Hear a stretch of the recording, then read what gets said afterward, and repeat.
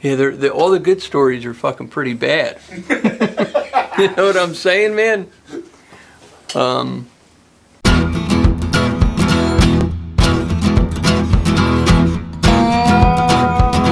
We mainly hung out in the street.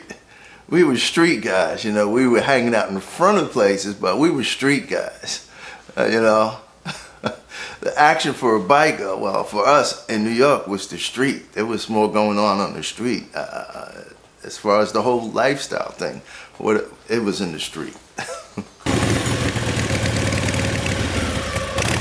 My name is Austin C. Johnson III, born in Brooklyn, New York, September 17, 1945. I took my girlfriend to the movies, and we went to see Peter Fonda's Wild Angels. When I saw that movie changed my life. I said, man, you gotta have a motorcycle. I mean, you know, but he made a speech in that movie at a funeral, and the priest asked him, you know, he didn't understand the lifestyle. He said, what do you guys want in life? And Peter Fonda said, when he said we want to be free to ride our machines without being hassled by the man, that was it for me. I was done. I said, that's me, man. I gotta get a bike. So it wasn't until 1967 that I got a bike, though, and didn't know anybody that owned a motorcycle, had no friends with them or anything. I didn't really see them in my neighborhood. Only bikes I saw were the bikes I saw in my hot rod magazines, and Honda had a lot of ads. So and the Honda Scrambler to me it looked stylish, so I said, that's what I'm gonna get. I'll go to Honda and get one of those bikes. I go to Honda and I buy a 1967 305 Scrambler, a CL77. As soon as I get the bike, I start making changes. High handlebars. I changed the gas tank, the seat, took the front fender off. I'm chopping this little bike up. And I knew that bikers hung out in Greenwich Village. And I started going to Greenwich Village. And one of the first people I met when I got to Greenwich Village was my longtime friend Spade George in 1967. And that's how I got into bikes, and that was my first bike. Greenwich Village was, for a young guy or young girl, it was the place to be, man. It was like the epicenter of hipness. What year we're talking? 1967. 1967. 1967. At that time, the place to be was the West Village. We used to hang out on West 3rd Street off of 6th Avenue. And you go there and 50, 60 bikes easy on the weekend, you know? Well,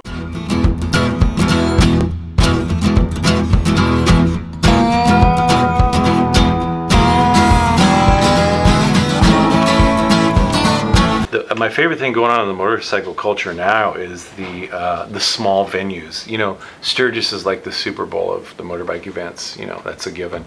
But the cool thing about the industry now are the little events that are tucked in the mountains of West Virginia, like the Big Mountain Run, or tucked in the hills of Tennessee. Those are the cool little venues that are fun to go to because you might get 500 to 1,000 people. There's some local talent for bands, and you're getting some guys that are building bikes out of their garages to come to the bike shows, and you're not getting the super popular builders from the TV shows and stuff, which they're great builders, not taking anything away, but this gives these underdogs that are building really cool bikes out of their garage a chance to show what they can do. So I like these little events. That's fun stuff.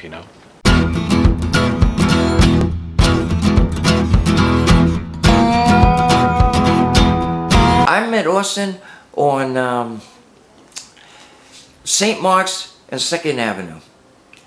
That was the hangout where everybody hung out at.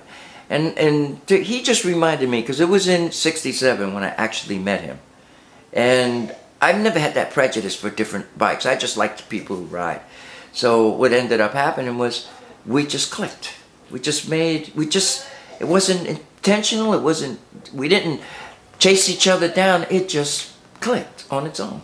Were there other black dudes riding in the city? Not at the time, no. We we were the only ones. We were. My good friend Spade George moved to San Francisco in 1969. Didn't know anybody out there. Just one day he said, I'm going to California. Him, his girlfriend, and his 1950 Pan had left. And he always told me, come out, you'll love it, come out, you'll love it. In 1971, I said, I'm going. Me and two other friends decided, one friend was moving to North Hollywood, and I threw my bike in a truck, and we went to North Hollywood. Got to North Hollywood, he was looking for a girl who lived in a rooming house. Well, we didn't know it was a rooming house, we just had an address. But when we got there, it was a rooming house. The rooming house was full of bikers. Chosen few and LA choppers. And they were working on their bikes, they were getting ready to go on a big run, and I was checking them out. And they started checking me out, and they said, yo, you ride? And I said, yeah, I got a pan head. And they came over to the van and looked at the bike and said, yo, man, why don't you stay down here in LA with us? And I said, no, man, I got people waiting for me up in San Francisco, and I can't do it. I don't know if you're aware of it, but the Chosen Few, people in the Chosen Few were involved with the making of Easy Rider. And I had known that, but they told me something that I didn't know, which was that in the movie, when Peter Fonda, Captain America, and Billy were supposed to pick up their bikes, they were supposed to pick them up from the Chosen Few clubhouse. And they filmed the scene of them picking up bikes up from the clubhouse, but they cut that out and had them pick it up at a bike shop. And I didn't know that. And then they told me that they had just made a movie, and the movie was called The Black Angels. In the early 90s or late 80s, they had a film anthology in Manhattan, motorcycle movies, biker movies, and that was one of the movies. And I had all my friends together, we went to look at it. Absolutely the worst motorcycle movie I've ever seen in my life, with the best bikes I've ever seen in my life. It's just totally cool.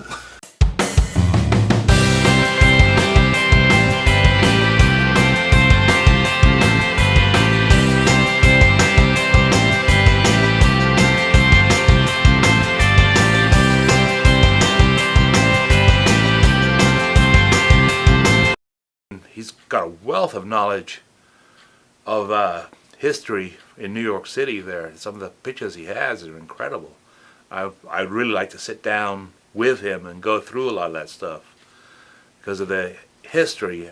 Actually, I'd like to get him and Sugar Bear together so they could compare notes of how the particular bubbles went from each side and what kind of similarities and differences there were. Yeah, we trucked it from LA to San Francisco. And then I stayed with George for about 7 months. Got homesick for New York because before that I had been living at home.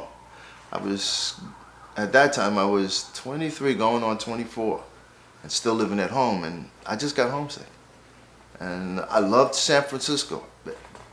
No, I can't say nothing bad about San Francisco. I loved it.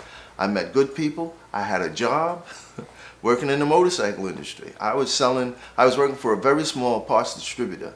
He only sold what guys really, really needed for their bikes at the time, which was drag pipes, drag bars, a sports to gas tank, seats, sissy bars, all the little essentials that really make a chopper a chopper. And we sold those parts to all the chopper shops in the Bay Area. What was the name of the company? C&D Motorcycle Supply. Like I said, very small operation. It was one guy, me, and sometimes George. But we sold to everybody, including all of us, back in the day. I'm riding a 51 Panhead that was named Brown Sugar. And they got the name Brown Sugar because in 1971, the Rolling Stones had a song, a very popular song called Brown Sugar. And I loved the song. And I was rebuilding my bike, and I said, wow, I like to call this bike Brown Sugar. So I gave the bike to a painter to paint my frame and fender and gas tank. And I told him, I said, listen, man, I'm not sure about what color I want this bike, but when it's finished, I want to call it Brown Sugar. He said, all right, I'll take care of it. Had the bike for about 2 weeks. He called me and says, yo, man, come and get your stuff. I go to the guy's shop, and he had painted the bike a metal flake gold with all different shades of brown. And on the top of the gas tank, he wrote Brown Sugar. And after that, I put the bike together, and after that, everybody started calling me Brown Sugar. And I got back to the East Coast. The East Coast guys are different. They dropped the brown and just left it at sugar. So West Coast guys from back in the day know me as Brown Sugar. East Coast guys know me as Sugar. I don't go by the nicknames too much anymore, so that everybody just knows me as Austin.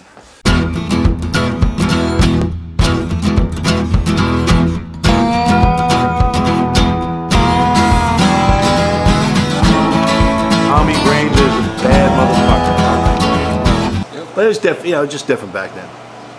And riding bikes was different, you know. And back then it was a lot of like clubs and stuff, so you always had to worry about your motorcycle getting stolen. And I never got involved in any clubs, you know. But they were always around, you know, all different clubs. And you're like scared of club guys and tattoo guys, right? I'm scared of club guys and tattoo. I don't like tattoo parlors scare me. Right.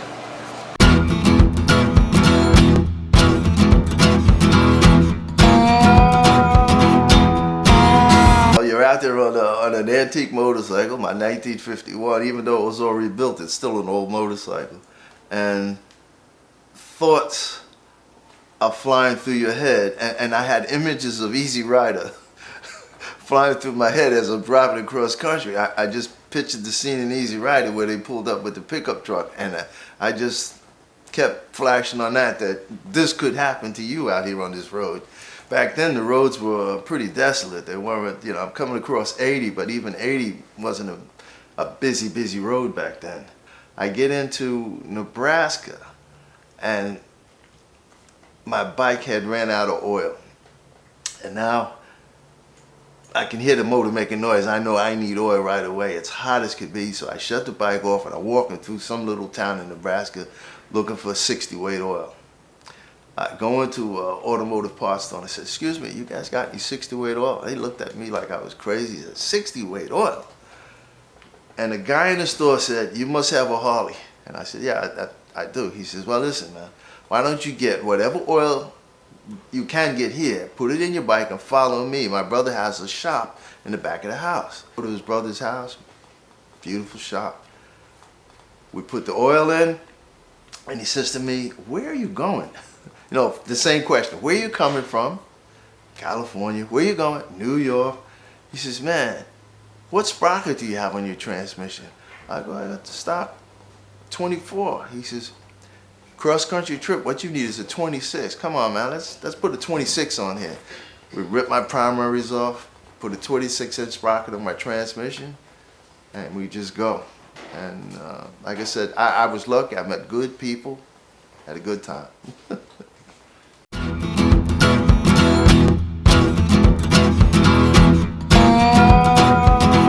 Bill Rapp. If you see, I don't know if you can see a sign behind me, it says Bill Cycles. When I was 17 years old, although my dad rode, he knew nothing about fixing Harleys. I was 17 years old, I bought my first bike, and I opened the Yellow Pages, which we had Yellow Pages back then. I opened them up and I looked for bike mechanic and I saw Bill Rapp. And he ended up being the very first Harley mechanic in the state of New Jersey. And he was in Jackson, the town I live in. I went over there and he helped me take my own bike apart to fix it. And every day when I was a kid I would go over there and work on bikes and he taught me everything I know.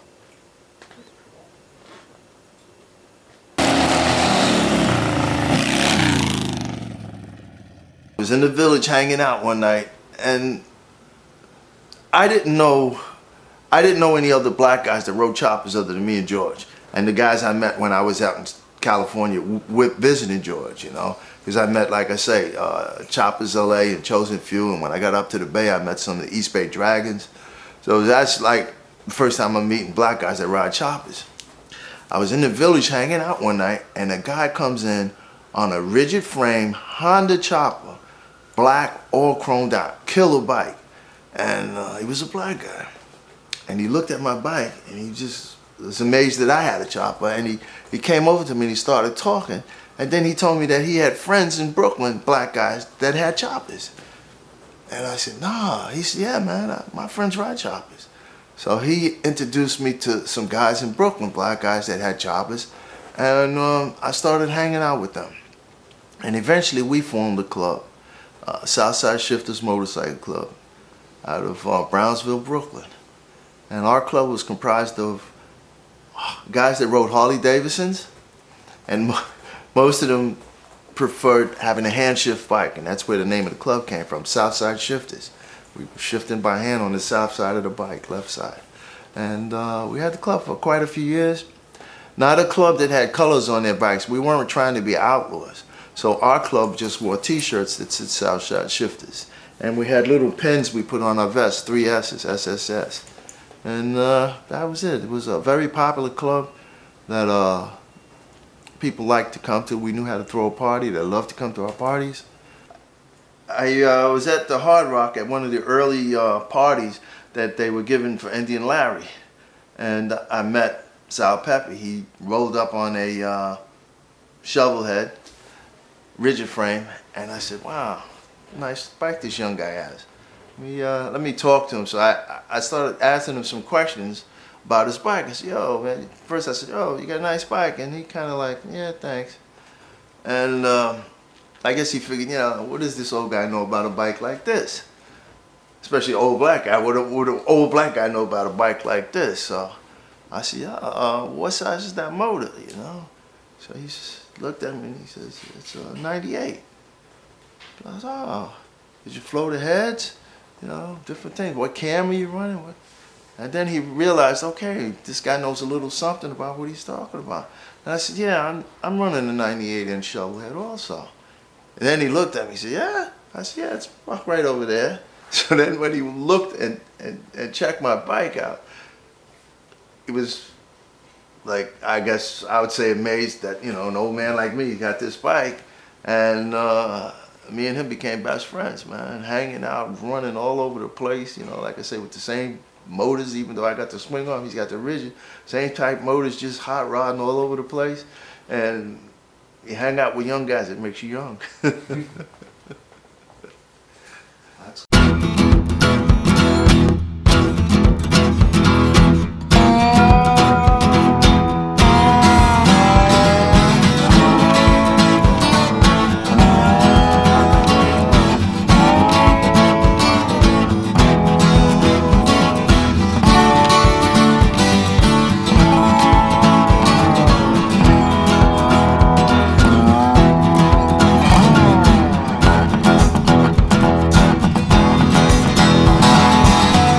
Pete, go back to LA.